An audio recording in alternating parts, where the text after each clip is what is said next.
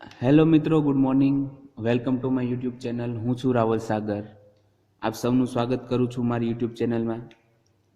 આજના આપણા લેક્ચરમાં આપણે બેઝિક મેથેમેટિક્સ 33000001માં યુનિટ નંબર 2 જે આપણે ચાલે છે એની અંદર કન્ટિન્યુ કરવાના છીએ, બરોબર છે, કે જે ડિટર્મિનન્ટ અને મેટ્રાઇસિસને રિલેટેડ છે. હવે આજના આપણા લેક્ચરમાં આપણે પ્રોપર્ટીઝ ઓફ ડિટર્મિનન્ટ્સ જોવાના છીએ. સૌપ્રથમ જો પ્રીવિયસ લેક્ચરની વાત કરું તો પ્રીવિયસ લેક્ચરમાં આપણે દ્વિહાર નિશ્ચયકો એટલે કે સેકન્ડ ઓર્ડર ડિટર્મિનન્ટ્સ, ત્યારબાદ થર્ડ ઓર્ડર ડિટર્મિનન્ટ્સ જોયા હતા, કોફેક્ટર, માઇનોર જોયા હતા, બરોબર છે, તેમની પ્રોપર્ટીઝ જોઈ હતી. ત્યારબાદ થર્ડ ઓર્ડર ડિટર્મિનન્ટનું મૂલ્ય કઈ રીતના મેળવ્યું, એટલે કે ધ વેલ્યુ ઓફ ડિટર્મિનન્ટ બે મેથડથી જે મળે છે, એક તો કે એક્સપાન્શન મેથડ હતી, બરોબર છે, અને બીજી હતી સારસ મેથડ. તો એ કેવી રીતના મેળવવા એ જોયું હતું અને એમના એક્ઝામ્પલ જોયા હતા. આજે હવે આપણે અમુક પ્રોપર્ટીઝની વાત કરવાના છીએ કે એની અમુક હારને અદલા બદલી કેવી રીતના કરવી, સ્તંભની અદલા બદલી કેવી રીતના કરવી, દરેક હારને સ્તંભમાં કેવી રીતના ફેરવવો, દરેક સ્તંભને હારમાં કઈ રીતના ફેરવવી, ત્યારબાદ જો કોઈ કોન્સ્ટન્ટ વડે ગુણવામાં આવે તો એને કઈ રીતના દર્શાવાય છે, બરોબર છે. સૌપ્રથમ આપણે વાત કરીએ નોટેશનની. નોટેશન એટલે કે દર્શાવશું આપણે કઈ રીતના દર્શાવી શકીએ. જેમ કે સરવાળો હોય તો આપણે એને પ્લસ દ્વારા દર્શાવીએ, ગુણાકાર હોય તો ક્રોસ દ્વારા દર્શાવીએ છીએ, બરોબર. તો સિમિલરલી કે જ્યારે આપણે કોઈ બે હારને અદલા બદલી કરીએ તો એને કઈ રીતના દર્શાવવાની છે, ત્યારબાદ કોઈ હારને આપણે કોન્સ્ટન્ટ કે વડે ગુણીએ તો એને કઈ રીતના દર્શાવવાનું છે વગેરે આપણે નોટેશનની અંદર પહેલા જોઈ લઈએ. સૌપ્રથમ આવે છે RI ટુ CI. હવે આપણું નોટેશન છે first RI to CI. RI to CI. હવે જ્યારે RI ટુ CI તો એનો મતલબ શું થાય? Transform each row, transform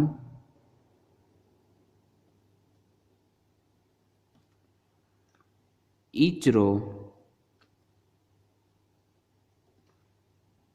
into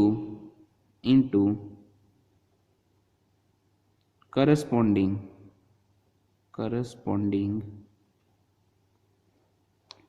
column.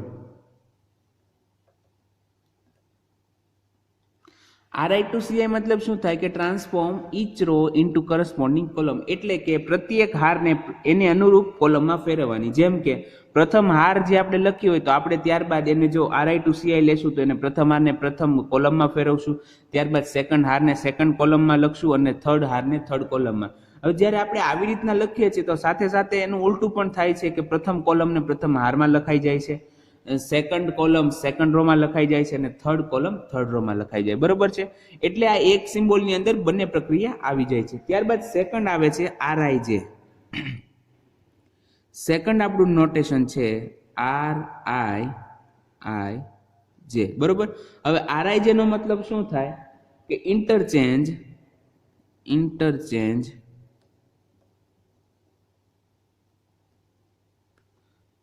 ith row, interchange ith row and jth row, interchange ith row and jth row, બરોબર. એટલે કે આઈમી હાર અને જેમી હારની પરસ્પર અદલા બદલી કરવાની છે. ધારો કે 3/3 નો ડિટર્મિનન્ટ છે અને આપણે એમાં R12 કરીએ તો R12 શું થાય છે કે જે પહેલી હાર છે ત્યાં આપણે બીજી હાર લખશું અને બીજી હાર છે ત્યાં પહેલી હાર લખશું, બરોબર.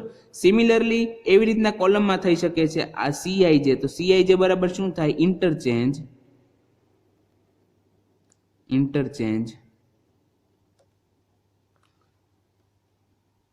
ith column and jth column, બરોબર છે. એટલે કે આઈમી અને જેમી કોલમની પરસ્પર અદલા બદલી આપણે કરવાની છે. ત્યારબાદ નોટેશનની વાત કરીએ. નોટેશન નંબર 3 કે RIK, બરોબર છે. અહીંયા R, ત્યારબાદ સફિક્સમાં I અને કૌંસમાં K, અથવા તો આને એવી રીતના દર્શાવશું કે K ઇન્ટુ RI. તો આનો મતલબ શું થાય કે આઈમી હાર જે છે, આઈમી હાર એને શેના વડે ગુણવાનું છે? આપણે કોન્સ્ટન્ટ કે દ્વારા, બરોબર, કે જે નોન ઝીરો હોય છે, બરોબર છે. Multiply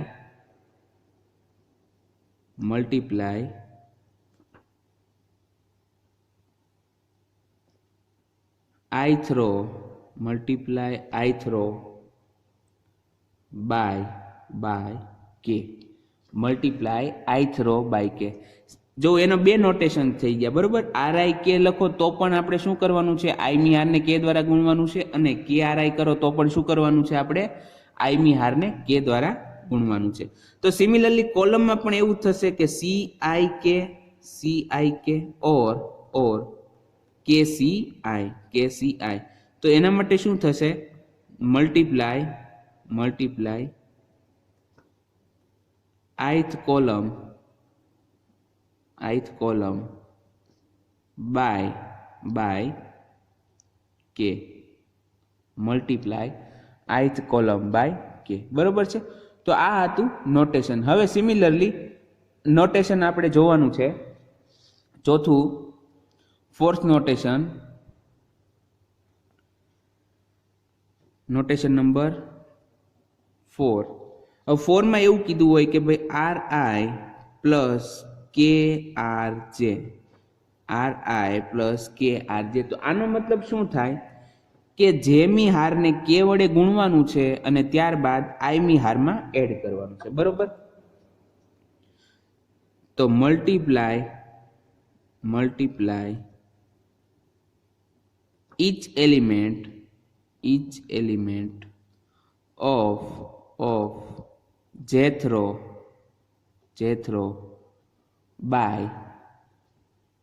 row by k and add into ith row,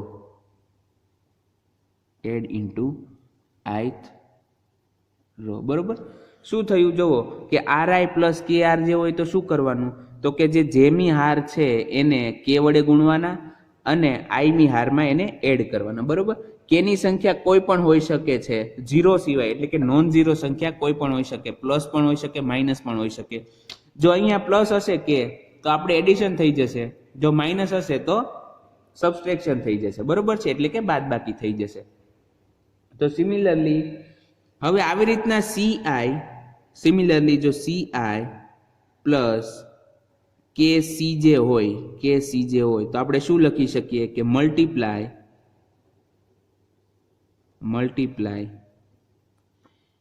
each element of jth column by k and add into ith column, બરોબર છે. તો આ આપણા હતા 4 નોટેશન, જેની અંદર આપણે શું જોયું કે જો પ્રત્યેક હારને પ્રત્યેક કોલમમાં દર્શાવવામાં આવે તો એને RI to CI દર્શાવવામાં આવે છે, જે ફર્સ્ટ હતું. ત્યારબાદ સેકન્ડ કે જો RI જે હોય તો શું થાય, તો કે I મી અને જે મી હારને ઇન્ટરચેન્જ કરવામાં આવે છે. સિમિલરલી CIJ એટલે કે I મી અને જે મી કોલમને ઇન્ટરચેન્જ કરવામાં આવે છે. ત્યારબાદ જોયું કે RIK અને KRI એટલે કે I મી રો ને K દ્વારા મલ્ટીપ્લાય કરવામાં આવે છે, અને CIK અથવા તો KCI એટલે કે I મી કોલમને K દ્વારા મલ્ટીપ્લાય કરવામાં આવે છે. ત્યારબાદ આપણે જોયું કે RI પ્લસ KRJ એટલે કે જે મી હારના દરેક ઘટકને K દ્વારા ગુણવાના અને I મી હારમાં એડ કરવાના. હવે જ્યારે આપણે એવું કહીએ છીએ કે આપણે I મી હારને K દ્વારા ગુણીએ છીએ, તો એનો મતલબ એવો થાય કે I મી હારના જેટલા પણ ઘટકો છે તો એ બધા ઘટકોને શેના દ્વારા ગુણવાના છે, K દ્વારા, બરોબર છે. તો આ હતા આપણા 4 નોટેશન. હવે 4 નોટેશન છે એને રિલેટેડ પછી આપણે આગળ હવે પ્રોપર્ટીઝ જોવાની છે. તો હવે આપણે પ્રોપર્ટીઝની વાત કરીએ. અહીંયા નોટેશન આપણા પૂરા થાય છે, બરોબર.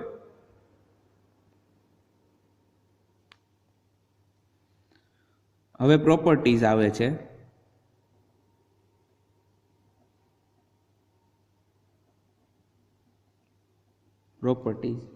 હવે એની અંદર ફર્સ્ટ પ્રોપર્ટીઝ છે.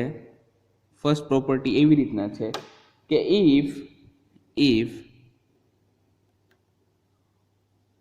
all the rows if all the rows of a determinant of a determinant are converted into are converted into the corresponding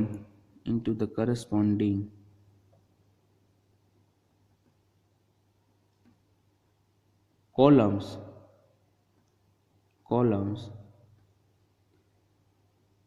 the value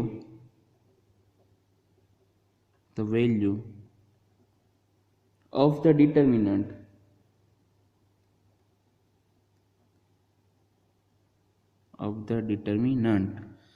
remains remain same. બરોબર છે. એટલે કે જ્યારે આપણે પ્રત્યેક હારને કોલમમાં ટ્રાન્સફર કરીએ છીએ એટલે કે આપણે શું કરીએ છીએ RI ટુ CI. બરોબર. જ્યારે આવું કરવામાં આવે તો આપેલો જે નિશ્ચયક છે 3 ઓર્ડરનો કે 4 ઓર્ડરનો કે કોઈ પણ હોય એનું મૂલ્ય બદલાતું નથી, એનું મૂલ્ય એઝ ઇટ ઇઝ રહેશે. જેમ કે તમે સૌ પ્રથમ આપણે આપેલો નિશ્ચયક હોય એનું મૂલ્ય ફાઇન્ડ કરો, એનું જે મૂલ્ય આવે. બરોબર. હવે સપોઝ કે તમે દરેક હારને કોલમમાં ફેરવો છો એટલે કે ટ્રાન્સફર કરો છો, અથવા તો દરેક કોલમને તમે હારમાં ફેરવો એટલે કે હારમાં ટ્રાન્સફર કરો છો, તો જે નવો નિશ્ચયક મળે છે એનું મૂલ્ય પણ કેટલું આવશે કે જે આપણો ઓરિજિનલ ડિટર્મિનન્ટ એટલે કે નિશ્ચયક હતો એના જેટલું આવશે. બરોબર. સપોઝ કે લેટ d ઇક્વલ ટુ આપણી પાસે છે નિશ્ચયક a1 b1 c1 a2 b2 c2 a3 b3 c3. બરોબર છે. એનું આપણે ડિટર્મિનન્ટનું મૂલ્ય કેટલું છે d છે. એન્ડ ધારો કે આપણે પ્રત્યેક હારને કોલમમાં ફેરવી દઈએ અને આપણને d ડેશ મળે મૂલ્ય, તો એ ધારો કે આવું છે કે a1 a2 a3 b1 b2 b3 c1 c2 c3. આપણે શું કહ્યું જોયો તો કે a1 b1 c1 હતું, સૌપ્રથમ હારમાં હતું, તો આપણે એને ચેન્જ કરી શેમાં લખ્યું છે અહીંયા કોલમમાં લખી નાખ્યું. ત્યારબાદ જે સેકન્ડ રો હતી a2 b2 c2 તો એને શેમાં લખ્યા છે આપણે કોલમમાં એટલે કે સેકન્ડ કોલમમાં એટલે કે a2 b2 અને c2. ત્યારબાદ જે થર્ડ રો હતી a3 b3 અને c3 તો એને આપણે કોલમમાં લખીને શું લખ્યું છે a3 b3 અને c3. આને કહેવાય પ્રત્યેક હારને પ્રત્યેક કોલમમાં ફેરવવી અથવા તો પ્રત્યેક કોલમને પ્રત્યેક હારમાં અનુરૂપ હારમાં ફેરવવી. બરોબર છે. જો આવું કરીએ તો આપણને જે બે નિશ્ચયક મળે છે d અને d ડેશ, તો એના મૂલ્ય કેવા રહેશે સેમ રહેશે. બરોબર છે. Then d equal to d dash થઈ જાય. આ આપણને મૂલ્ય મળે છે. બરોબર. તો અહીંયા જે આપણી છે પહેલી પ્રોપર્ટી પૂરી થાય છે. ત્યારબાદ હવે બીજી પ્રોપર્ટીની વાત કરીએ. Properties number 2. if two rows હવે આપણે જે કોઈ પણ વાત રો ની કરી શકીએ એટલે કે હારની કરી શકીએ એ વાત શેમાં કરી શકીએ કોલમની એટલે કે સ્તંભમાં.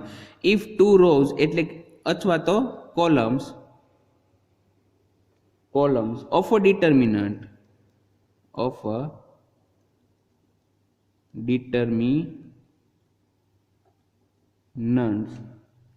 are interchanged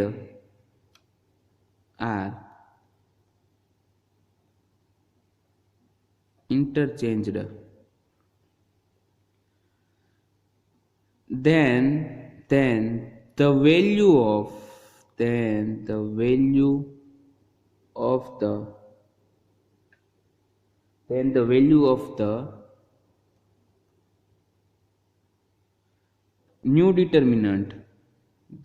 of the new determinant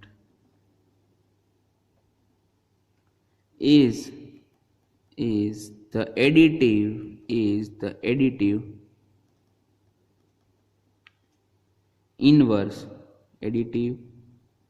inverse of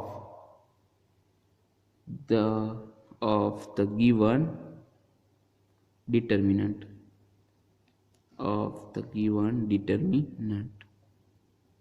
બરોબર છે. એટલે કે ધારો કે કોઈ નિશ્ચયક છે, એટલે કે ડિટર્મિનન્ટ, એની કોઈ બે હારને આપણે પરસ્પર અદલ બદલ કરીએ છીએ. હવે જે વસ્તુ હારમાં થાય એ વસ્તુ કોલમમાં થાય, કે સપોઝ કે આપણે કોલમમાં અદલ બદલ કરીએ છીએ, તો જે નવો નિશ્ચયક મળે એટલે કે નવો જે ડિટર્મિનન્ટ છે એનું મૂલ્ય કેટલું થશે, એની વેલ્યુ, તો કે એનું વેલ્યુ જે આપણો જૂનો એટલે કે મૂળ ડિટર્મિનન્ટ હતું એના કરતાં માઇનસ થશે. બરોબર. સપોઝ કે જૂનાનું મૂલ્ય 5 હોય અને આપણે એ નિશ્ચયકની અંદર હાર અદલ બદલ, બે હાર અદલ બદલ કરીએ છીએ પરસ્પર, તો જે નવો નિશ્ચયક મળશે એનું મૂલ્ય કેટલું થઈ જશે, -5 થઈ જશે. બરોબર.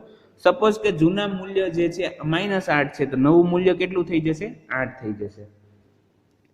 એને એકબીજાના એડિટિવ ઇન્વર્સ કહેવાય. એટલે કે જે નવો ડિટર્મિનન્ટનું મૂલ્ય વત્તા જૂના ડિટર્મિનન્ટનું મૂલ્ય બરાબર શું થાય, તો કે જવાબ શું આવે, 0 આવે. તો એને એકબીજાના શું કહેવાય, એડિટિવ ઇન્વર્સ. બરોબર. કે લેટ ડી ઇક્વલ ટુ આપણને દીધું હોય કે A1 B1 C1 A2 B2 C2 A3 B3 C3. બરોબર છે. આ આપણને એનું મૂલ્ય જે નિશ્ચયક છે એનું શું મળે છે, સપોઝ કે ડી મળે છે. બરોબર. હવે એન્ડ ડી ડેશ. હવે ધારો કે આપણે પેલી અને બીજી હારની અદલ બદલ કરીએ છીએ, તો શું મળે, તો કે A1 આ જે પેલી હાર છે ત્યાં આપણે બીજી હાર લખશું અને બીજી હાર છે ત્યાં પેલી હાર લખશું. એટલે કે આપણને શું મળશે, A2 B2 C2 A1 B1 C1 A3 B3 C3. બરોબર છે. અથવા તો ઓર હવે આ આપણે હારની અદલ બદલ કરીએ. સપોઝ કે આપણે કોલમની અદલ બદલ કરીએ છીએ, એટલે કે સ્તંભની અદલા બદલી કરીએ કોઈ પણ બે સ્તંભની. બરોબર.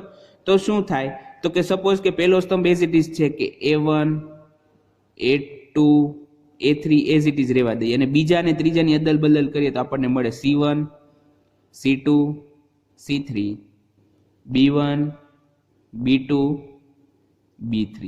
બરોબર છે. તો આવી રીતના કરીએ તો આ જે નવું મૂલ્ય આપણને ડી ડેશ મળે એ કેટલું હોય, then D dash equal to minus of D. બરોબર.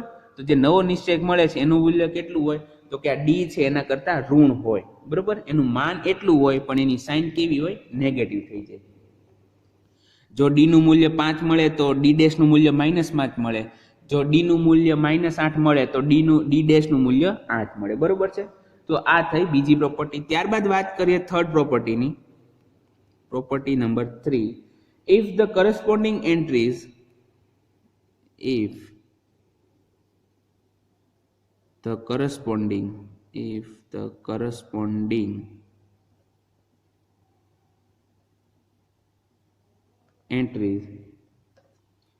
in any two rows અથવા તો column, 2 rows or columns are identical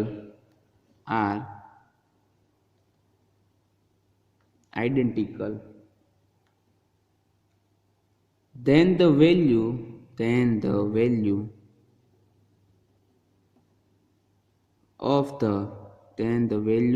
of the determinant is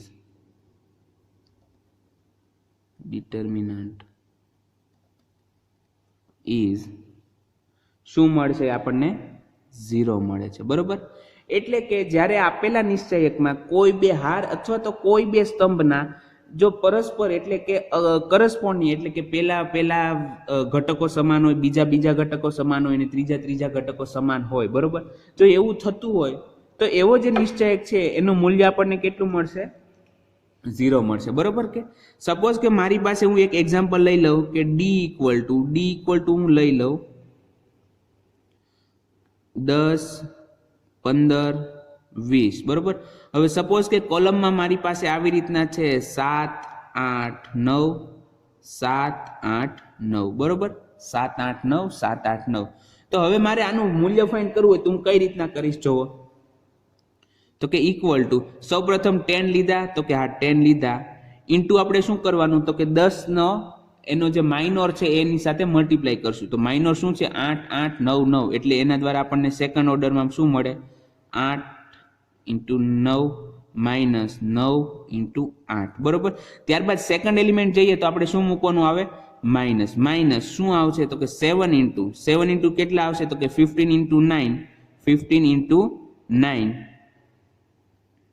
15 into 9 minus શું આવશે 20 ઇન્ટુ 8 20 ઇન્ટુ 8 બરોબર. ત્યારબાદ અહીંયા 7 છે અહીંયા થર્ડ ઘટક માટે શું આવશે એલિમેન્ટ માટે પ્લસ પ્લસ 7 ઇન્ટુ શું આવશે તો કે 15 ઇન્ટુ 9 માઇનસ 20 ઇન્ટુ 8 બરોબર. તો ઇક્વલ ટુ જો 8 ઇન્ટુ 9 72 માઇનસ 9 ઇન્ટુ 8 72 માઇનસ 72 એટલે 0 તો 0 ઇન્ટુ 10 તો 0 આવી જશે. ત્યારબાદ માઇનસ 15 ઇન્ટુ 9 સમથિંગ જવાબ આવશે. હવે તમે જુઓ આ જે ટર્મ છે માઇનસ છે આ ટર્મ પ્લસ છે બંને કેવી સેમ છે તો એનું એડિશન કરી નાખશું તો શું આવી જશે 0 આવી જશે તો આપણને ઇક્વલ ટુ મળશે 0.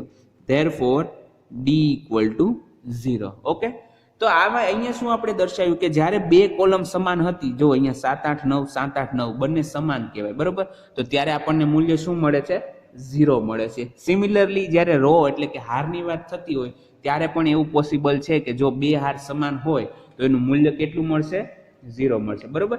તો આ હતી આપણી થર્ડ પ્રોપર્ટી. હવે ત્યારબાદ આપણે ફોર્થ પ્રોપર્ટીની વાત કરીએ. Properties number 4 the value of a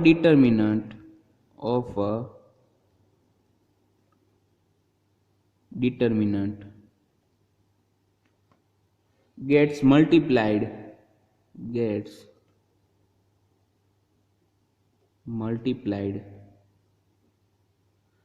by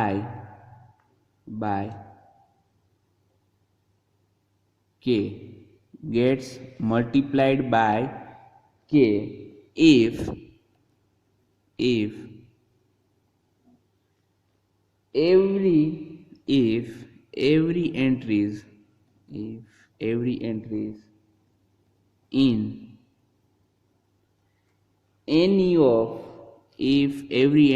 in any of its row અથવા તો column row or column is multiplied by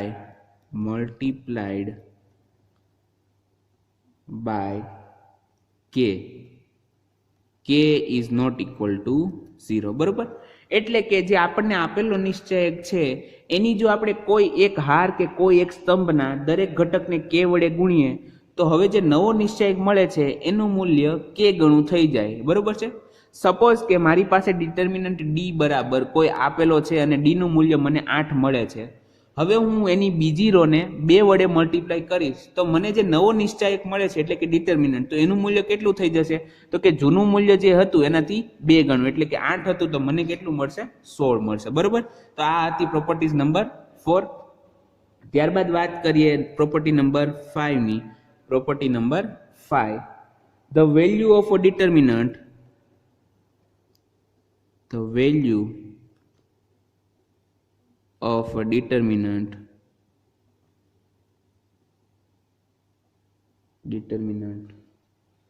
remains same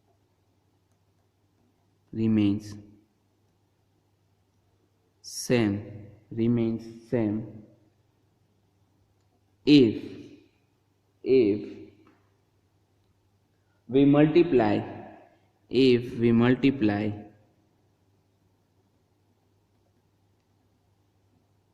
the value of a determinant remains same if we multiply any of its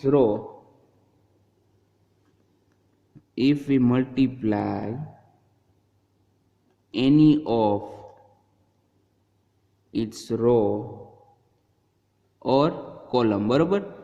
યાદ રાખજો જેટલી પણ property છે એ રોની સાથે એટલે કે હારની સાથે સાથે કોલમમાં પણ રિલેટેબલ છે. Okay by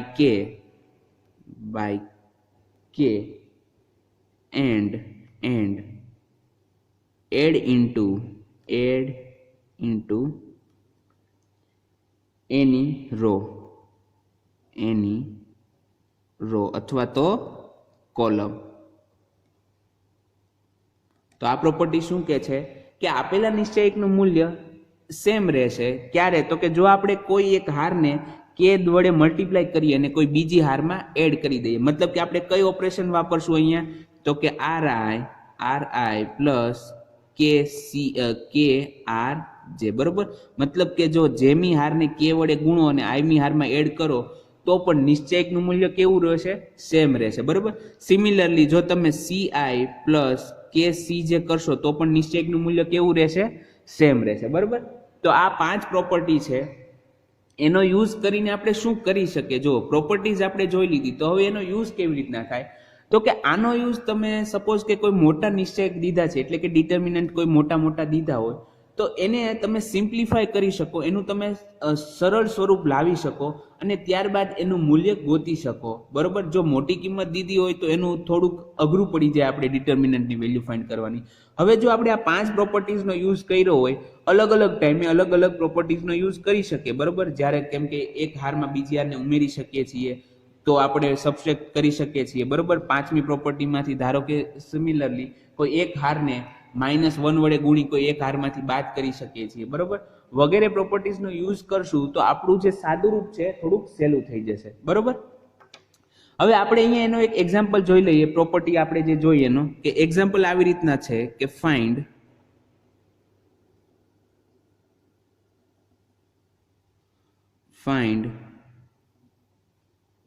value of determinant, find value of determinant using properties of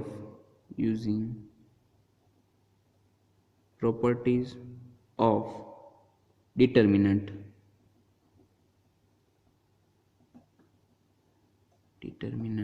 હવે અહીંયા શું કીધું છે? Find value of determinant using properties of determinant. મતલબ કે આપેલા નિશ્ચયકનું મૂલ્ય મેળવો. પણ કઈ રીતના? તો કે સીધું મૂલ્ય નથી, વિસ્તરણ નથી કરવાનું, પણ આપણે આ જે નિશ્ચયકની જે આપણે ગુણધર્મો જોયા છે એનો યુઝ કરીને કરવાનું છે. બરોબર છે? હવે આપણને અહીંયા ડી એવો દીધો છે. ડી એટલે કે ડિટર્મિનન્ટ. શું દીધો છે? જુઓ 194, રો વાઇઝ જાઓ 194, 208, 325, સેકન્ડ રો છે 105, 152, 202 અને થર્ડ છે 89, 56, 123, 123. બરોબર છે? તો અહીંયા આપણને આવો દીધેલો છે આપણો ડિટર્મિનન્ટ. હવે આનું સોલ્યુશન ફાઇન્ડ કરશું પણ પ્રોપર્ટીઝનો યુઝ કરીને. મતલબ કે આપેલા નિશ્ચયકનું મૂલ્ય મેળવશું પણ પ્રોપર્ટીઝનો યુઝ કરીને. તો સોલ્યુશનની વાત કરું, solution here D is equal to D આપણને શું દીધું છે જુઓ તો કે રો વાઇઝ ફર્સ્ટ રોના એલિમેન્ટ છે આપણી પાસે 194, 208, 325, સેકન્ડ રો છે 105, 152, 202 અને થર્ડમાં છે 89, 56, 123. હવે આવો નિશ્ચય દીધો છે તો સૌપ્રથમ તો મનમાં એવું થઈ જાય કે ભાઈ આને છોડી દઈએ એક્ઝામમાં, પણ છોડવાનો નહીં. આને શું કરવાનું? આપણે પ્રોપર્ટીઝનો યુઝ કરવાનો. પ્રોપર્ટીઝનો યુઝ કેવી રીતના કરશું? જો હવે અહીંયા તમે જોઈ શકો છો કે પહેલી અને બીજી હાર જે છે એના ઘટકો ક્વોન્ટિટી મોટી છે. બરોબર? અહીંયા 300માં આવે છે, 200માં આવે છે, અહીંયા 100 નિયરલી 200 જેવો થઈ જાય છે. પણ થર્ડ જે રો છે એની અંદર બધા કેવા છે જુઓ તો કે કમ્પેરેટિવલી નાના છે. 123 મોટો છે, નો ડાઉટ 123 મોટો છે, પણ શું થશે કે 56, 89 કેવા છે? નાના છે. તો હવે આપણે શું કરીએ? સૌપ્રથમ જુઓ આ જે થર્ડ રો છે, થર્ડ રો એને 2 વડે મલ્ટીપ્લાય કરીએ અને ફર્સ્ટ રો ની અંદર એડ કરી દઈએ. બરોબર? સોરી, 2 વડે -2 વડે મલ્ટીપ્લાય કરશું અને ફર્સ્ટ રો ની અંદર એડ કરી દઈએ. તો હવે શું કરીએ છીએ આપણે? જુઓ આપણે આવું કરવાનું છે. બીકોઝ ઓફ એટલે કે હું કારણ પહેલા લખી દઉં કે આપણે શું કર્યું. તો કે મેં એવું કર્યું કે R1 માંથી R2 3, મતલબ કે R3 એટલે કે ત્રીજી હાર જે છે એને -2 વડે મલ્ટીપ્લાય કર્યા અને શેની અંદર ઉમેર્યા પેલી હારમાં, બરોબર. તો મને શું મળશે જુઓ, મારી થર્ડ રો છે ને એઝ ઇટ ઇઝ રહેશે, એટલે કે 8 9 5 6 1 2 3, બરોબર. ત્યારબાદ જે સેકન્ડ રો છે એટલે કે 1 0 5 1 5 2 અને 2 0 2 એ પણ સેમ રહેશે. હવે ચેન્જ ક્યાં થશે? ચેન્જમાં આની અંદર થશે ફર્સ્ટ રોમાં. ફર્સ્ટ રોમાં હું શું કરું છું તો કે આ જે થર્ડ રો હતી એને -2 વડે મલ્ટીપ્લાય કરું છું અને ફર્સ્ટ રોની અંદર એડ કરું છું. તો અહીંયા શું થશે 89 × 2 એટલે આપણને જવાબ કેટલો મળશે 178. 194 માંથી 178 જાય તો આપણી પાસે કેટલા વધે 16 જવાબ આવશે, બરોબર. તો અહીંયા 16 આવે. ત્યારબાદ 56 × 2 એટલે 112 112. હવે 208 માંથી 112 જાય તો કેટલા વધશે? મારી પાસે વધશે 96, બરોબર. ત્યારબાદ 123 ને હું 2 વડે મલ્ટીપ્લાય કરું તો સૌપ્રથમ કેટલા આવશે તો કે 246, બરોબર. 246. હવે 325 માંથી 246 જાય તો મને કેટલા મળે 79 મળે. ઓકે. હવે ફરીથી શું કરીએ કે જે થર્ડ રો છે, થર્ડ રો એને -1 વડે મલ્ટીપ્લાય કરીને આપણે જે સેકન્ડ રો છે એની અંદર એડ કરી દઈએ તો આપણા માટે first row as it is રહેશે 16 96 79. થર્ડ રો પણ એઝ ઇટ ઇઝ રહેશે 89 56 અને 123, બરોબર છે. હવે આપણે કરીએ છીએ શું બીકોઝ ઓફ R2 R3, બરોબર. R3 એટલે કે બીજી હારમાંથી ત્રીજી હારને બાદ કરીએ છીએ તો એનો જવાબ શું મળે જુઓ, 105 માંથી 89 જાય તો કેટલા વધશે મારી પાસે તો કે મારી પાસે વધે છે 16. ત્યારબાદ 152 માંથી 56 જાય તો મારી પાસે કેટલા વધે છે તો કે મારી પાસે વધે છે 96. હવે 202 માંથી 123 જશે તો મારી પાસે કેટલા વધશે 79 વધશે. હવે જુઓ તરત તમે સાદુરૂપ દીધું તો તમને તરત ખ્યાલ આવી ગયો કે અહીંયા પહેલી અને બીજી રોના ઘટકો કેવા છે. પહેલી અને બીજી હારના ઘટકો જુઓ તો કે 16 છે તો કે હા એની સાથે 16 છે, 96 છે તો એની નીચે તરત 96 છે, 79 છે તો એની નીચે તરત 79 છે. મતલબ કે પહેલી અને બીજી હારના અનુરૂપ ઘટકો કેવા છે? સમાન છે. મતલબ કે પહેલી હારનો પહેલો ઘટક 16 થાય તો બીજી હારનો પહેલો ઘટક પણ કેવો છે 16 છે. ત્યારબાદ પહેલી હારનો બીજો ઘટક 96 છે તો બીજી હારનો બીજો ઘટક કેવો છે 96 છે. તો ત્યારબાદ પહેલી હારનો ત્રીજો ઘટક 79 છે તો બીજી હારનો ત્રીજો ઘટક પણ કેવો છે 79 છે, બરોબર. તો તરત આપણને ખ્યાલ આવવો જોઈએ કે આપણે પ્રોપર્ટીઝ નંબર 3 માં જોયું હતું કે જ્યારે કોઈ પણ બે હાર અથવા કોઈ પણ બે સ્તંભના ઘટકો સમાન થઈ જતા હોય, બરોબર, આઈડેન્ટિકલ હોય તો એનો જવાબ આપણને શું મળે છે 0 મળે છે. ઇક્વલ ટુ આપણે શું કરી નાખશું 0, બરોબર. તો આપણને અહીંયા ધેરફોર d ઇક્વલ ટુ શું મળે છે 0, બરોબર. d ઇક્વલ ટુ 0 મળે છે. તો આ હતું આજનું આપણું એક્ઝામ્પલ. સપોઝ કે તમે આને કેલ્ક્યુલેટરની મદદથી તમારી રીતે કરતા હોય અને આની ગણતરી તમે કરવા બેસો તો કેટલી લાંબી ગણતરી થાય નિશ્ચાયકની, બરોબર છે. તો એના બદલે જો આપણે ગુણધર્મનો યુઝ કરીએ તો આપણને એનું સરળ સ્વરૂપમાં મળી જાય અને એનો આન્સર પણ તરત મળી જાય છે, બરોબર. તો અહીંયા જે આજનો આપણો લેક્ચર હતો પ્રોપર્ટીઝ ઓફ ડિટર્મિનન્ટનો એ પૂરો થાય છે. હવે આપણે મળશું નેક્સ્ટ લેક્ચરમાં, બરોબર છે. ત્યાં સુધી ઘરે રહો, સુરક્ષિત રહો.